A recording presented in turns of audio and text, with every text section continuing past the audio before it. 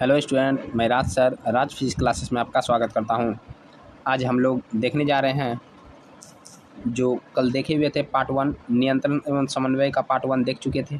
Part 1 जो नहीं देखे हैं सबसे पहले उससे विनम्र जो है निवेदन है कि पार्ट 1 देखें, उसके बाद ही पार्ट 2 देखिएगा। ये पार्ट 2 है, ठीक है ना। तो पार्ट 1 पहले आप लोगों को प्ले लिस्ट में है, जाके देखिए। उसमें बहुत सारा क्वेश्चन हम लोग डिटेल से किए हुए हैं, ठीक है ना। तो ये किसी भी बता दें, ये जो है कोई भी एग्ज़ाम जैसे कि बीपीएससी है, दरोगा का है, उसके बाद आपका एसएससी है, रेलवे है, ये सभी एग्ज़ाम के लिए ये जो है पर्याप्त होंगे। और बात करें ये 10th क्लास के लिए तो वीवीआई भी है। तो चलिए आज हम लोग देखते हैं इसका पार्ट 2 और पार्ट 1 आप लोगों को बहुत अच्छा लगा तो आप लोगों का कमेंट भी आया और पढ़ के बहुत अच्छा लग रहा है, तो आप लोग इसी प्रकार से कमेंट किया कीजिए। तो चलिए आज का पहला क्वेश्चन हम लोग देखते हैं। तो आज का पहला क्वेश्चन है, सबसे पहले हम लोग कल ये देखे हुए थे और आज हम लोग फिर से देख लेते हैं कि ये देखिए, ये ऊपर में जो दिख रहा है आपको मस्तिष्क है, मस्तिष्क हो गया, ये सेरिबेलम है, मस्तिष्क और ये सेरिबेलम है। और यहाँ जो निकला हुआ है ये क्या है, ये जो है मेरुदंड है, याद रखना। ये जो हड्डी है, डायरेक्ट यदि बात करते हैं, ये हड्डी क्या है, मेरुदंड है। मेरुदंड के अंदर भरा रहता है जो है मेरुरज्जु, याद रखना है। मेरुदंड है, मेरुदंड के अंदर भरा रहता है मेरुरज्जु, ये समझा दिए थे। मेरुरज्जु इस तरह रस्सी के जैसा भरा रहता है। और उसके बाद ये सब जो निकला हुआ है ये सब, ये इसका क्या है, नस है। तो याद रखना है, ये इसका जो है नस है। तो ये कितना जोड़ी नस होता है, तो इधर भी होता है जो है 31, इधर भी होता है 31। तो याद रखना है कि ये जो है मेरुदंड में कितना जोड़ी नस निकला रहता है, 31 जोड़ी, याद रखना है, बहुत इंपॉर्टेंट है। ये 31 जोड़ी जो है इससे नस निकला रहता है। और यदि ब्रेन में बात करते हैं तो यहाँ से भी जो है 12 जोड़ी नर्व्स निकला रहता है। तो सभी मिलाकर जो है ये पूरा काम करता है। और इधर हम बता दिए थे कि ये जो है जो पीयूष ग्रंथि होता है, ये जो दिख रहा है छोटा जैसा, जैसे ये छोटा जैसा जो दिख रहा है ये क्या है, पीयूष ग्रंथि है। अब पीयूष ग्रंथि को हम लोग कहते थे मास्टर ग्लैंड। इसको क्यों कहते हैं, तो ये सभी ग्रंथियों को कंट्रोल करता है। उसके बाद ये सारा कुछ बता दिए थे, थैलेमस हाइपोथैलेमस वगैरह जो है बाहरी चीज़ों का। जैसे मान लीजिए कि आपको कोई मार रहा है, चोट लगता है, जैसे मान लीजिए कि जो है ना, जो सांप है, आपको सांप काटा, तो कैसे पता चलता है ये सांप काटा। और यदि आपके पास जो है ना कोई जो है मान लेते हैं कि जो है चींटी काट रहा है, आपको ये पता चलता है चींटी काट रहा है, कौन, ये नर्व्स जो है बताता है, ठीक है। तो ये मस्तिष्क है। मस्तिष्क में यदि हमको कोई चीज़ का आभास होता है, बाहर से कोई मान लीजिए कि कोई पीट रहा है, ये हमको पता चलता है कोई पीट रहा है, कोई थपथपा रहा है, ये पता चलता है हमको थपथपा रहा है। तो बाहरी चीज़ों का, ठंडी गर्मी वगैरह जो लगता है, तो ये बाहरी चीज़ थैलेमस जो है ना, ये थैलेमस जो है मस्तिष्क का जो भाग, ये अग्र मस्तिष्क का भाग है। ये थैलेमस हमको जो है बाहरी चीज़ों का ज्ञान दिलाता है। हाइपोथैलेमस अंदर वाला चीज़, जैसे कि मान लीजिए कि आपका पेट दर्द है, किसी से बना रहा है कि पेट दर्द दे रहा है, वो देखता नहीं है, लेकिन आपका पेट दर्द दे रहा है तो वो अंदर का चीज़ हो गया।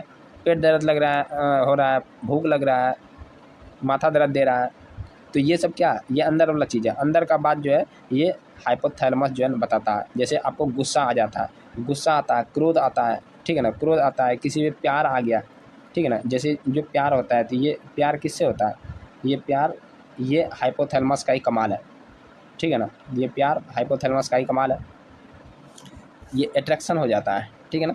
तो ये एक प्रकार का जो है हाइपोथैलेमस है। गुस्सा आ गया, किसी पे दया आ रहा है, ये सब क्या अंदर वाला चीज़ है, दिखता नहीं है, फीलिंग्स है। यदि फीलिंग्स कुछ है तो वो हाइपोथैलेमस, ठीक है ना। अब बाहरी चीज़ होता है तो वो थैलेमस। तो ये हम सब बता दिए आप लोगों को। ये देखिए, ये सेरी जो है बेलम है, सेरिबेलम, यही जो है संतुलन का काम करता है, ये बता चुके थे। स्पाइनल कोड यहाँ से देखिए, और यहाँ पे ये जो छोटा जैसे ये गोल जैसा दिख रहा है, इसको ही कहते हैं हम लोग पॉन्स वेरोलाई। तो ये क्या करता है, ये जो है श्वसन गति को नियंत्रित करने का काम करता है, और ये भी श्वसन गति को नियंत्रित करने का काम करता है आपका जो है सेरिबेलम भी। तो याद रखना है। उसके बाद ये सेरिबेलम अगर मस्तिष्क को जोड़ने का काम जो करता है, ये पॉन्स वेरोलाई जो है जोड़ने का काम करता है। तो इतना याद रखना है। अब चलते हैं हम लोग क्वेश्चन पे। ब्रेन का आप लोगों को ये कल हम जो है पूरा बता दिए थे, ये पिट्यूटरी ग्लैंड अभी भी बताए हैं, तो ये याद रखना है। तो चलिए अब जो है आज का पहला क्वेश्चन हम लोग लेते हैं। आज का पहला क्वेश्चन है, मस्तिष्क उत्तरदायी है क्या, सोचने के लिए, हृदय स्पंदन के लिए, शरीर संतुलन बनाने के लिए, शरीर का स्वतंत्र संतुलन बनाने के लिए, या इनमें से सभी। फटाफट बताइए, मस्तिष्क क्या काम करता है, इसमें से तीनों करता है, या इनमें से कोई नहीं करता है, या जो है इनमें से सभी करता है। फटाफट बताइए। और जितने भी आप लोगों का फ्रेंड है उस सबको भी जोड़ने का प्रयास कीजिए, ताकि ज़्यादा आप लोगों का जो है संख्या रहेगा स्टूडेंट का, तो पढ़ने में मज़ा आएगा। तो चलिए, अच्छा आप लोग हम लोगों के साथ सहयोग कर रहे हैं और काफ़ी आंसर भी अच्छा आप लोग देते हैं। सबका आंसर जो है ना सही आता है। जैसे कि यदि हम नाम लें जिसमें ज़्यादा अच्छा लगता है, एक स्मार्ट बॉय है पहला, दूसरा है सत्यम है, तीसरा आदित्य है, चौथा शिवानी भी है। ये भी जो है अच्छा हद तक प्रयास करते हैं कि अच्छा आंसर ही देते हैं। शिवानी भी है, बुलबुल भी है, उसके बाद आपका और कुछ कुछ स्टूडेंट हैं जैसे मधु भी हैं, और एक स्टडी लवर है, अभी वो भी गायब हो गए हैं, पता नहीं। तो इस प्रकार से इतना स्टूडेंट है जो कि जो है ना कंटिन्यू अच्छा जवाब देते हैं और अच्छा भी लगता है। तो फटाफट इसका जो भी जवाब दे रहे हैं इनमें से सभी वो सभी सही है, क्योंकि देखिए मस्तिष्क सोचने का जो है ना, सोचने के लिए भी मस्तिष्क ही जिम्मेवार होता है। हृदय स्पंदन, ये जो है हृदय स्पंदन जो होता है ये किसके द्वारा, मेडला ऑब्लांगेटा के द्वारा होता है। शरीर का संतुलन अभी जस्ट बताए, सेरिबेलम जो है काम करता है, ठीक है। सेरिबेलम शरीर का संतुलन भी करता है। मेडला ऑब्लांगेटा जो है हृदय का स्पंदन के लिए, अनैच्छिक क्रिया के लिए, और सोचने के लिए मस्तिष्क है कौन सा, तो सेरिब्रम है।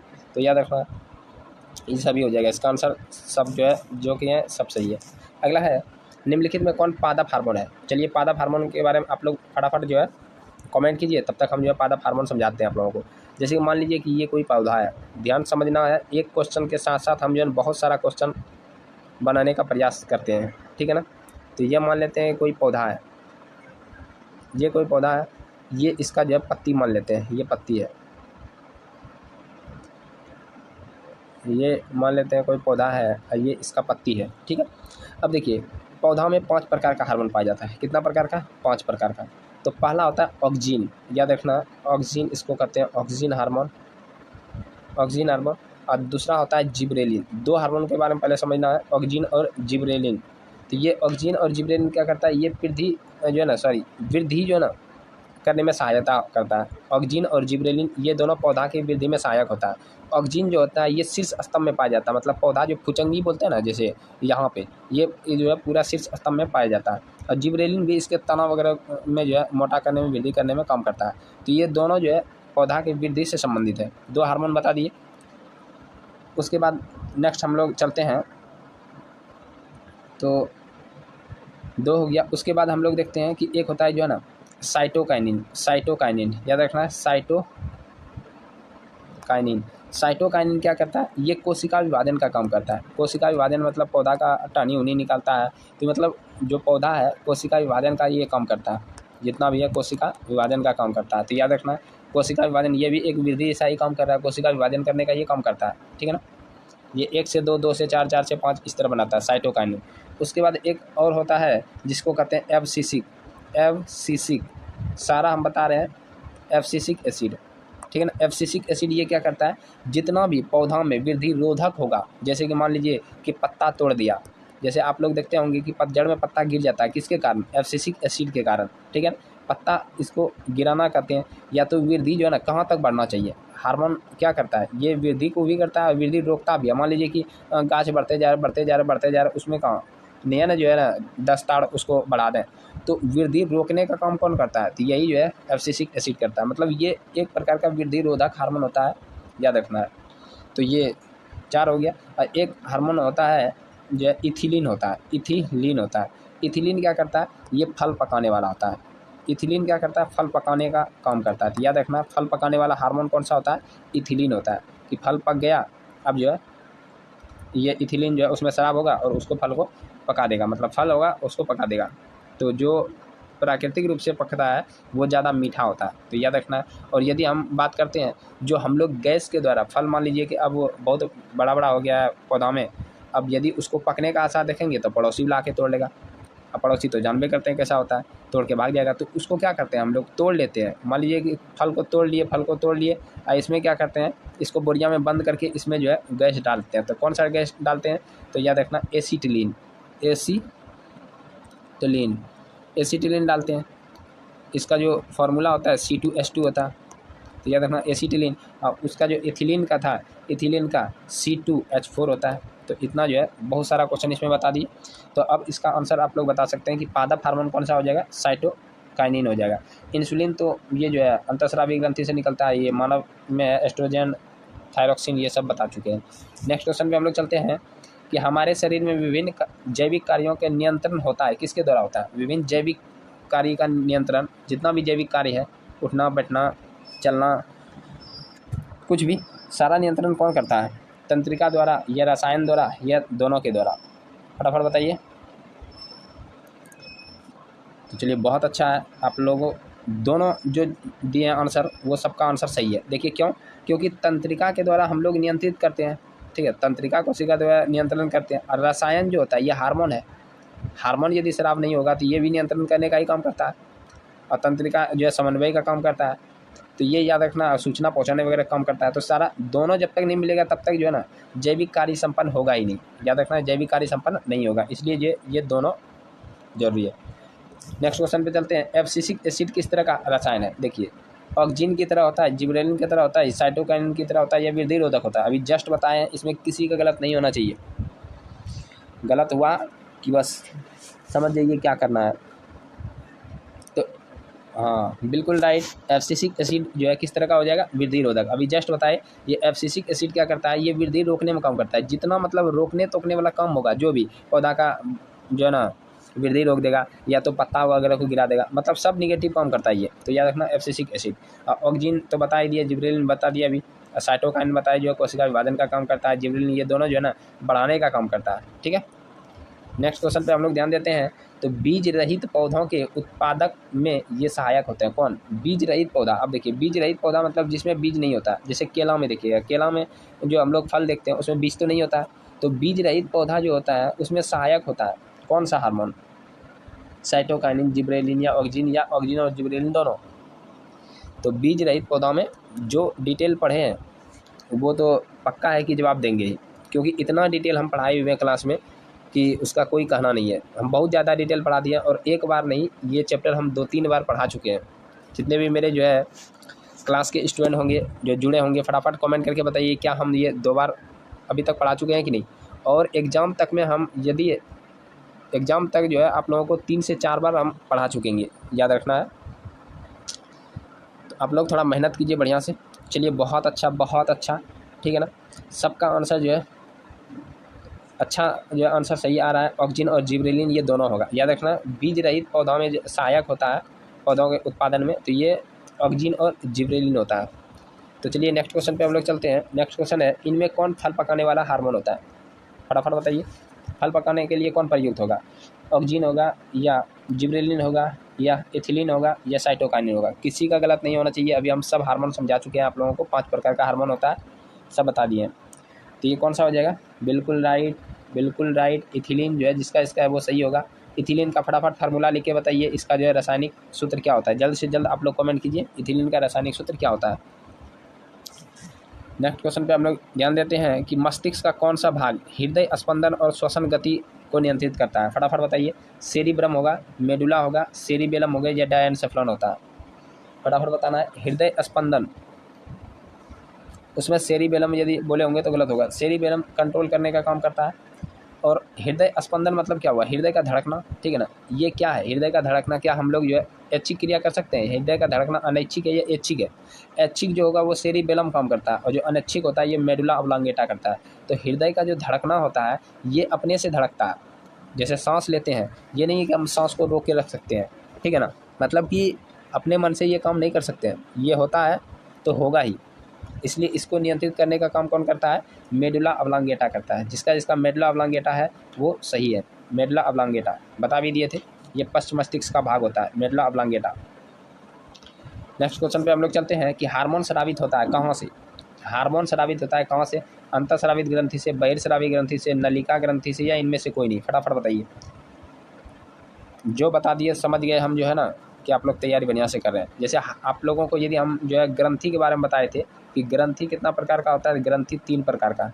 ग्रंथि हम आप लोगों को बताए 3 प्रकार का होता है। एक होता है जो है बाह्यस्रावी, ठीक है, बहिर्स्रावी ग्रंथि, एक बहिर्स्रावी, दूसरा बताए अंतःस्रावी, और तीसरा बताए थे मिक्स, ठीक है ना, मिश्रित ग्रंथि बताए थे। तो देखिए बहिर्स्रावी ग्रंथि में क्या होता है? बहिर्स्रावी ग्रंथि में होता है कि इससे जो स्राव होता है उसको हम एंजाइम कहते हैं, ना कि हार्मोन कहते हैं। याद रखना है, इससे जो स्राव होता है उसको एंजाइम कहते हैं, और अंतःस्रावी से जो स्राव होता है उसको हम हार्मोन कहते हैं। तो यहाँ पे याद रखना है कि हार्मोन कहाँ से स्रावित होता है, तो अंतःस्रावी ग्रंथि से। जिसका भी आंसर है वो राइट है, बिल्कुल सही है, कोई दिक्कत नहीं है। क्या यहाँ तक में आप लोगों को क्लियर हुआ? फटाफट कमेंट कीजिए, क्या आप लोगों को यहाँ तक समझ में आ गया? तो हम नेक्स्ट क्वेश्चन की ओर चलते हैं। हाइड्रा में क्या नहीं पाया जाता? मस्तिष्क नहीं पाया जाता है, तंत्रिका नहीं पाया जाता है, मुख नहीं पाया जाता है, या स्पर्शक नहीं पाया जाता है? क्या नहीं पाया जाता? फटाफट बताइए, हाइड्रा में क्या नहीं पाया जाता है?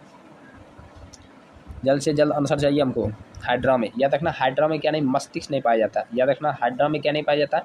मस्तिष्क नहीं पाया जाता। हाइड्रा आप लोग देखे होंगे, जब हम जनन पढ़ाएंगे तो आप लोगों को बताएंगे हाइड्रा, ठीक है ना। ये हाइड्रा जो है इस तरह करके पाया जाएगा। हाइड्रा हम जनन चैप्टर पढ़ाएंगे तो आप लोगों को हाइड्रा पूरा जो अच्छा तरीका से बता देंगे, ठीक है ना। ये जो है टूट के फिर जो है इसी तरह का निर्माण कर लेता है। तो इसका आंसर हो जाएगा मस्तिष्क। नेक्स्ट क्वेश्चन पे हम लोग चलते हैं। प्रतिवर्ती चाप कहाँ बनते हैं? अब प्रतिवर्ती चाप कहाँ बनते हैं, आप लोग 3 में से एक ऑप्शन तो मार देंगे, लेकिन प्रतिवर्ती चाप होता क्या है ये थोड़ा सा जानना जरूरी है।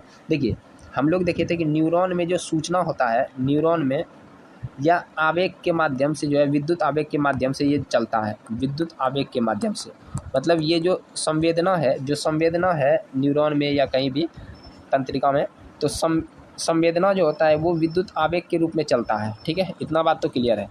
ये जिस पथ पर चलता है ना, जिस रास्ता पे चलता है, उसी रास्ता को हम लोग जो है प्रतिवर्ती चाप कहते हैं। उसी रास्ता को प्रतिवर्ती चाप कहते हैं। तो ये रास्ता होगा कहाँ पे? ये रास्ता होगा कैसे? जैसे हम बोलते हैं कि जैसे यहाँ से चले, ये मेरा घर है, मान लीजिए ये घर है, ये स्कूल है, ये जो चले तो घर से लेके स्कूल का रास्ता हुआ। किसी किधर से भी चल दें, इस तरह घूम के इस तरह गए, तो ये एक प्रकार का रास्ता हुआ। उसी प्रकार से न्यूरॉन में भी या तंत्रिका में, तंत्रिका तंत्र में क्या होता है कि जो सूचना को जिस रास्ता से ले जाते हैं, जो चलता है आवेग, विद्युत आवेग, उसी रास्ता को हम लोग कौन सी कहते हैं?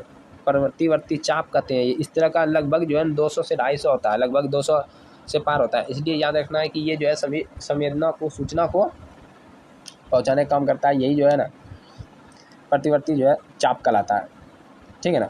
मतलब कि प्रतिवर्ती चाप जो होता है वो प्रतिवर्ती क्रिया को, जो ग्राही अंग है, ठीक है ना, ग्राही अंग से वो सूचनाओं को संवेदी तंत्रिका तक जो है ना, मेरुरज्जु तक पहुंचाता है, ठीक है। मेरुरज्जु तक जिस पथ से पहुंचाता है उसी पथ को हम लोग क्या कहते हैं? प्रतिवर्ती चाप कहते हैं। इतना याद रखना। तो प्रतिवर्ती चाप कहाँ होगा? तो ये मेरुरज्जु में होता है। कहाँ होता है? मेरुरज्जु में होता है, कोशिका में नहीं होगा, और जो पादप में नहीं, ये मेरुरज्जु में होता है प्रतिवर्ती चाप। तो याद रखना है।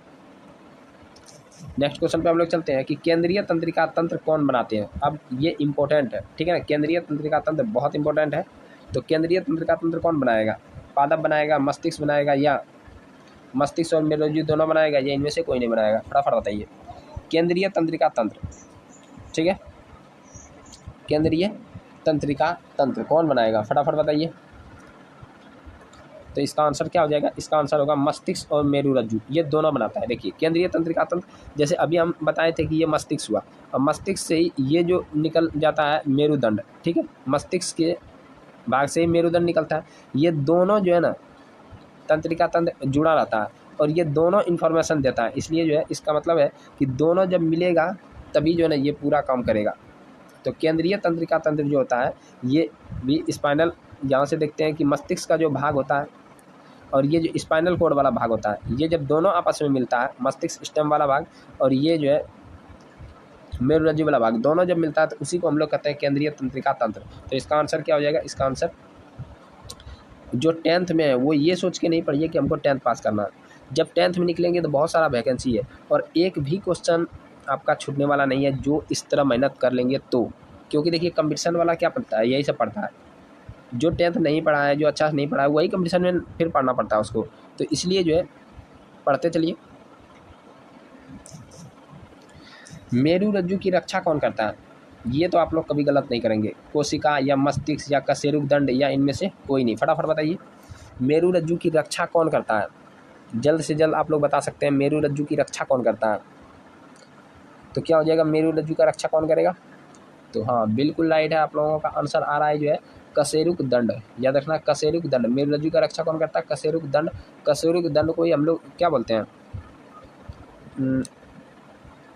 ये अभी जो बताए जस्ट हम लोग रीढ़ का हड्डी, ये जो रीढ़ का हड्डी है, यही रीढ़ का हड्डी क्या है, कशेरुक दंड है, सबके जो है ना रीढ़ में होता है, मतलब पीठ में जो है ये रीढ़ का हड्डी है। डायरेक्ट जो पीठ से गर्दन से लेके जो है ना कमर तक जो हड्डी गया उसी को हम लोग रीढ़ का हड्डी कहते हैं।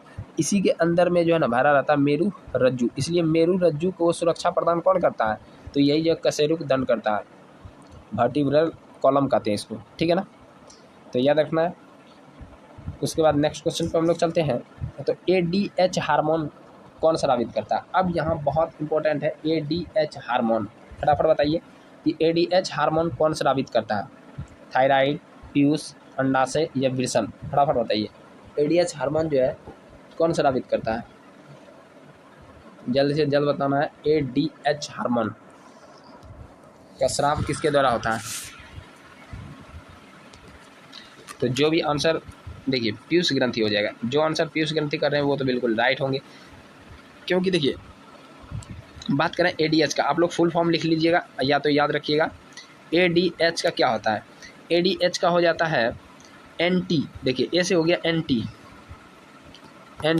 और डी से हो जाता है ड्यूरेटिक, याद रखना है DIURATIC, एंटी ड्यूरेटिक, तो याद रखना है एंटी ड्यूरेटिक। और H से क्या हो जाएगा हार्मोन, H से क्या हो जाएगा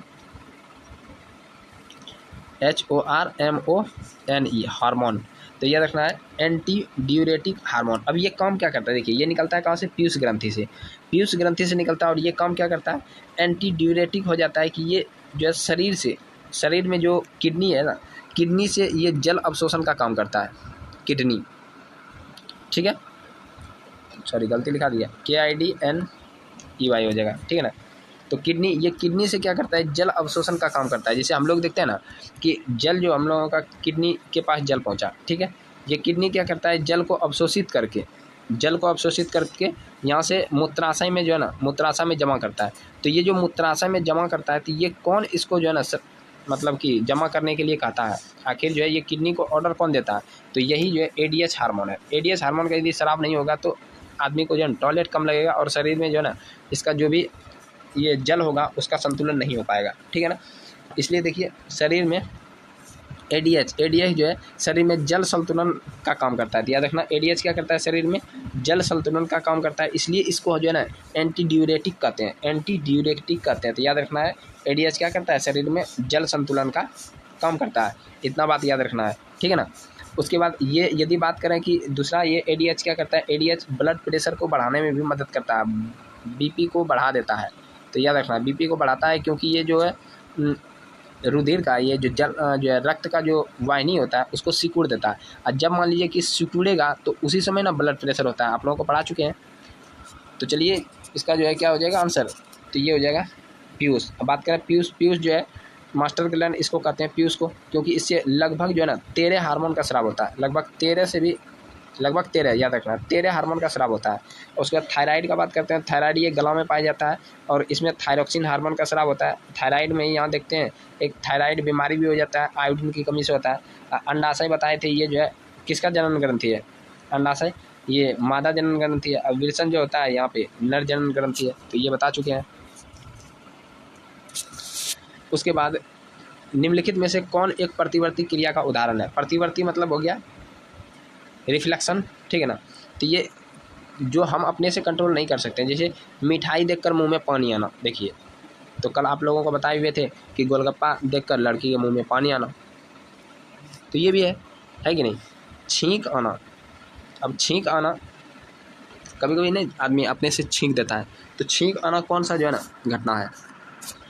आँखों से जो है ना आँख झपकना मतलब पलक गिरना, तो ये कौन सा हो जाएगा, सब प्रतिवर्ती क्रिया होगा। इस पर हम लोग कंट्रोल नहीं कर पाते हैं, ठीक है ना। लार जब गिरता है तो भर भर कटोरा गिरना स्टार्ट हो जाएगा, किसी आदमी का भर भर कटोरा गिरता है, देखिए उसके मुंह में एकदम पूरा लार भटकते रहता है, तो ये क्या है, ये जो है प्रतिवर्ती क्रिया, इसको आप कंट्रोल नहीं कर सकते हैं। क्योंकि लार के लिए हम बता दें कि आप लोगों को लार के लिए मनुष्य में एक ग्रंथि होता है, तो लार के लिए कौन कौन सा होता है, तो आप लोगों को बताए हुए थे, एक बताए थे जब क्या नाम था उसका, एक सबमैंडिबुलर था, एक सबलिंगुअल था और एक था पैरोटिड।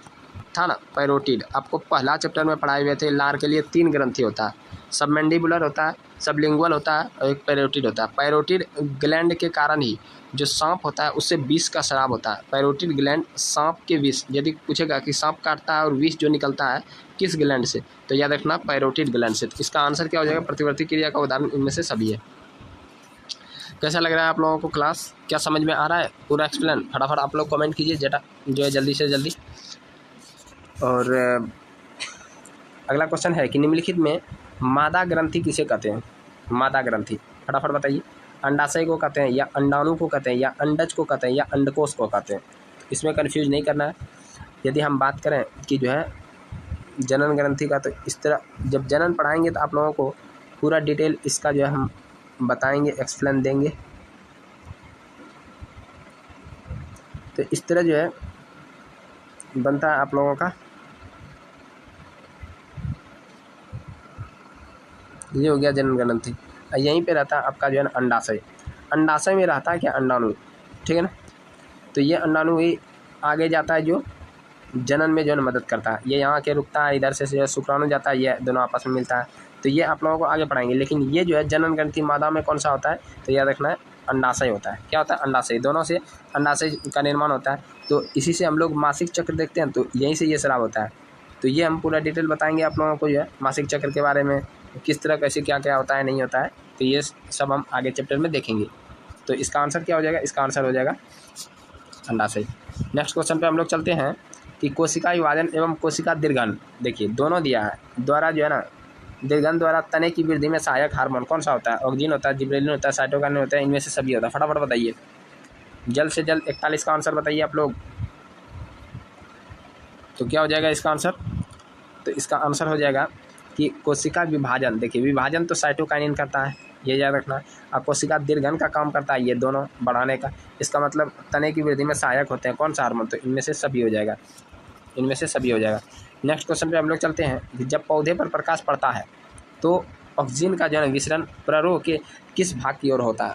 अब ये जो है छाया वाले भाग की ओर, या प्रकाश वाले भाग की ओर, स्तंभ शीर्ष की ओर, या इनमें से सभी? तो जो 42 का जो क्वेश्चन है, आप लोग इस क्वेश्चन के बारे में, ऑक्सीजन के बारे में जो है पौधा पर प्रकाश पड़ता है तो प्रकाशानुवर्तन जो है जितना भी आप लोग जानते हैं वो 42 का जो है आप लोग कमेंट करके आंसर दीजिएगा, ठीक है ना। तो 42 आप लोगों के लिए HW रहा। जितना ज़्यादा आप लोग जानकारी जानते हैं इसके बारे में आप लोग जो है कॉमेंट कीजिएगा, ठीक है ना। याद रखना 42 नंबर। नेक्स्ट क्वेश्चन पर हम लोग चलते हैं। नेक्स्ट क्वेश्चन है कि थायराइड ग्रंथि द्वारा थायरोक्सिन हार्मोन के संश्लेषण में निम्नलिखित में किसका जो है होना अनिवार्य है? तो कौन? मैग्नीज, या आयरन, या आयोडीन, या क्लोरीन? इसमें तो किसी का गलत नहीं होना चाहिए, अभी जस्ट हम बताए भी थे। थायराइड ग्रंथि से थायरोक्सिन हार्मोन के संश्लेषण में, मतलब थायरोक्सिन हार्मोन के संश्लेषण में जो इसको रोक के रखता है, थायरोक्सिन को पकड़ के रखता है, इसको जो है ज़्यादा हानिकारक नहीं होने देता है, इसके लिए आयोडीन जिम्मेवार है। यदि आयोडीन की कमी हो जाएगी तो यही जो है थायरोक्सिन निकलते रहेगा और जो है गला में बहुत बड़ा जो है ना घेगा का निर्माण कर देगा, मतलब कि बड़ा ऐसा रोग हो जाएगा, घेगा रोग हो जाएगा। उसके बाद नेक्स्ट क्वेश्चन पे हम लोग चलते हैं। तो नेक्स्ट क्वेश्चन है अंडोत्सर्ग का क्या कारण है? अब देखिए यहाँ इंपॉर्टेंट है, अंडोत्सर्ग का क्या कारण है? एस्ट्रोजन, या LH, या FSH, या इनमें से कोई नहीं? फटाफट बताइए क्या हो जाएगा। देखिए अंडोत्सर्ग जो अंडाणु का निर्माण करता है, अंडोत्सर्ग, तो इसके लिए जिम्मेवार जो होता है वो FSH होता है। FSH, यदि FSH का बात करते हैं, इसका फुल फॉर्म पहले जो है आप लोगों को फुल फॉर्म याद रखना कि FSH का फुल फॉर्म क्या होता है। तो होता है फॉलिक, FOLLICLE, फॉलिक, ठीक है। स्टिमुलेटिंग, आप लोगों को पहले भी बताए थे, थायराइड में हम जब पढ़ाए थे तो उस समय भी बताए थे आपको, TSH, ठीक है ना। तो ये क्या हो जाएगा? स्टिमुलेटिंग, तो STMULATING, stimulating, folic, follicle stimulating, H से क्या हो जाएगा? हार्मोन। तो याद रखना है हार्मोन। तो ये जो है याद रखना है, ये क्या करता है, ये जो है काम क्या करता है? अंडोत्सर्ग, मतलब जो महिलाओं में जो है अंडाणु होता है, ठीक है, अंडाणु होता है, ये अंडाणु को बनाने के लिए जो है ना उत्तेजित करता है। ये मतलब यदि अंडोत्सर्ग का कारण होता है जो है, यदि FSH हार्मोन निकलता है तो ये क्या होता है कि यहाँ से जो है गर्भाधारण करने में इसको दिक्कत नहीं होगा। ठीक है, तो FSH का क्या बताए फुल फॉर्म बताए आपको कि जो है फॉलिकल स्टिमुलेटिंग हार्मोन होता है। और ये क्या करता है, ये जो स्त्री में ये हार्मोन का यदि स्राव होता है तो उसमें अंडाशय से जो है ना अंडोत्सर्ग निकलता है। अंडोत्सर्ग मतलब ज़्यादा जो है ना ओवम का निर्माण होता है। ठीक है ना, तो ओवम का निर्माण होता है। तो यदि देखें कि प्रेग्नेंट होने का मतलब ज़्यादा चांस होता है, मतलब यदि मान लीजिए कि गर्भाधारण जो होता है, गर्भाधारण होने का चांस बढ़ता है। यदि इस हार्मोन का यदि कमी हो जाए तो किसी आदमी किसी जो है ना लड़की को गर्भाधारण करने में क्या हो जाता है, दिक्कत हो जाता है। ठीक है, तो ये याद रखना FSH होता है। ठीक है, और यदि बात करते हैं LH, तो LH क्या होता है, ल्यूटिनाइजिंग हार्मोन होता है। LH जो होता है ल्यूटिनाइजिंग हार्मोन होता है, ये भी याद रखना है। ल्यूटिनाइजिंग हार्मोन करता क्या है, ये जो है ना नर में टेस्टोस्टेरोन जो है ना स्रावित करने के लिए, और ये जो है महिलाओं में एस्ट्रोजन हार्मोन को स्रावित करने के लिए जो है ना उत्तेजित करता है। तो ये याद रखना FSH इसका आंसर हो जाएगा। अंडोत्सर्ग का क्या कारण है, FSH। तो अंडोत्सर्ग से क्या होता है, गर्भाधारण में जो है ना आसानी होता है। नेक्स्ट है अनुमस्तिष्क किस लिए जो है ना उत्तरदायी होता है। अनुमस्तिष्क किस लिए उत्तरदायी होता है, संतुलन के लिए, स्मरण के लिए, वृष्टि के लिए या तर्क शक्ति के लिए, फटाफट बताइए। तो आप लोगों को बता चुके हैं अनुमस्तिष्क का इंग्लिश नाम बताएं तो सेरिबेलम होता है। सेरिबेलम होता है, याद रखना है, सेरिबेलम होता है। तो सेरिबेलम जो है संतुलन के लिए काम करता है। तो आप लोगों को ये पता होना चाहिए कि सेरिबेलम किसके लिए काम करेगा, संतुलन के लिए।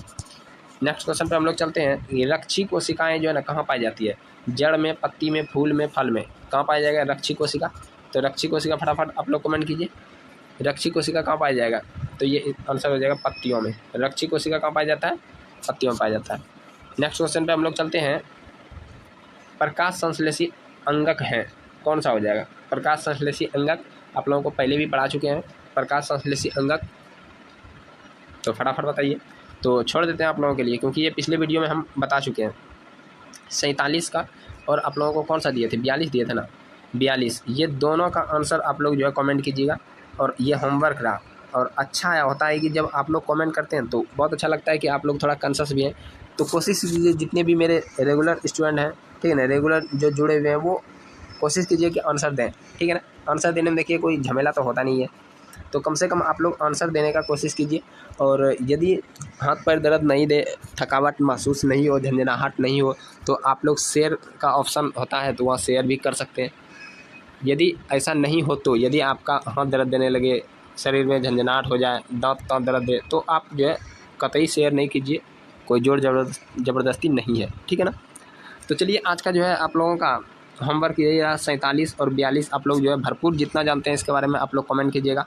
और कैसा लगा सेशन आप लोगों को ये भी बताइए, आप लोगों के लिए हेल्पफुल हो रहा है कि नहीं, आप लोगों को अच्छा लग रहा है कि नहीं, समझने में ठीक ठाक लग रहा है, या आप लोगों को कोई डाउट होता है तो आप लोग कमेंट करके ज़रूर बताइएगा। तो चलिए जो है मिलते हैं एक बेहतर क्लास में फिर से, तब तक के लिए जय हिंद।